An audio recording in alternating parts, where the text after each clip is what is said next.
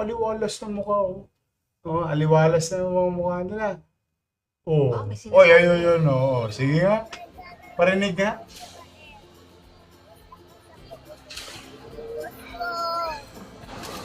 Oh.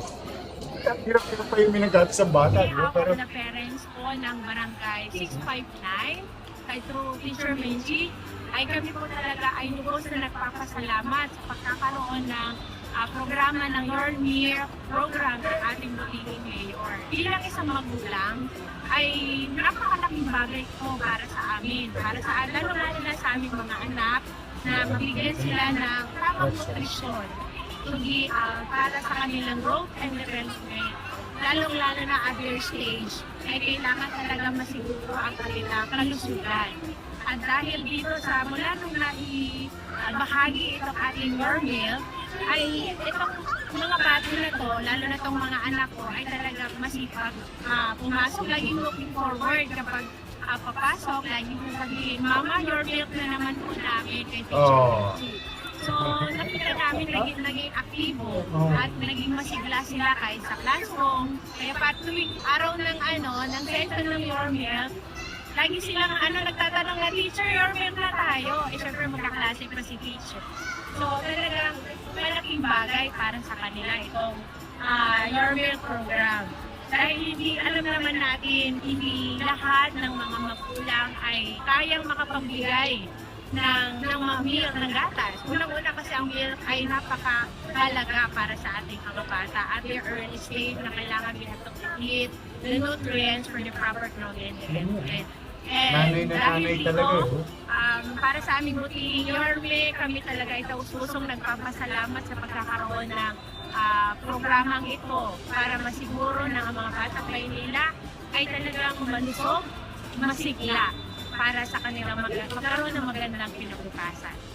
Maraming salamat po at pagpalain po kayo palagi aming Butihing Mayor.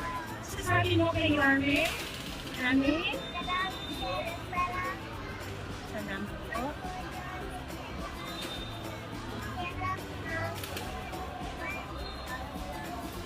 Sustansya.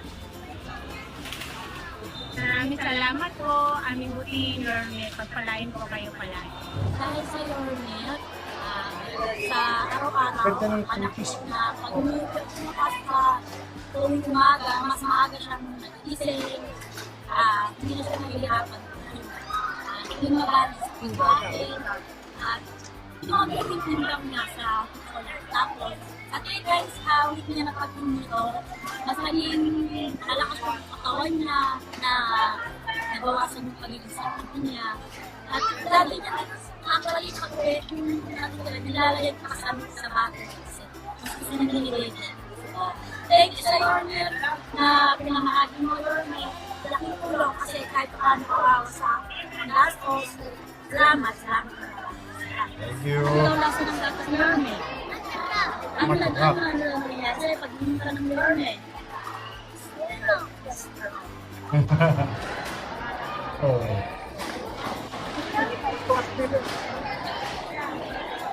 Tungkol po sa gatas, maraming salamat po kasi malaking tulong po sa anak ko kasi na medyo lalo siyang bigat tapos nasusukat po niya yung gatas saka lalo siyang banap pag kumain lalo na yung tingin ko siya kanina nadadagdagan ng po ang kanyang income. So maraming salamat. Simula po nung uminom yung anak ko ng Your Milk, nagkaroon po ng madaming pagbabago. Una-una po, gusto ko na pumasok lagi sa school. Kasi daw, tuwing Monday, tama po ba ako, Monday, Wednesday, Friday, meron silang Times a day. pa-Your Milk. So excited siya, lalo na pag umuwi siya, bitit-bitit niya. Sabi niya, Mama, ito po, actually tawag niya sa akin, Ma'am, pilit-pilit dala siyang Your Milk. So, tuwang-tuwa siya. Actually po, minsan pa nga po may pasobrang isa. Kaya tuwang-tuwa rin po kasi yung kuya niya nakakainom din po. Yung mga observation ko nakita, mas lalong naging vivo. Actually, vivo na siya. Sayaw na sayaw sa school sa bahay. So, nakita ko na mas lalong sumigla. Malaking po nagtitulong ng Your Milk.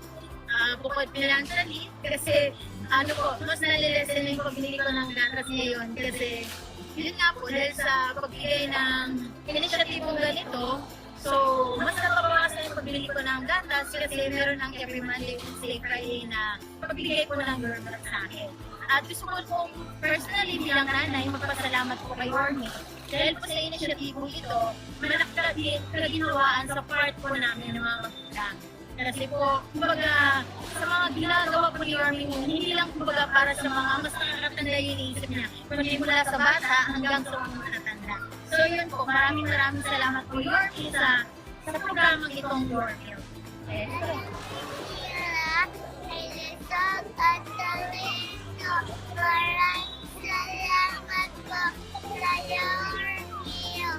Oh. Okay. Oh, eh. Huwag kayong mag-alala.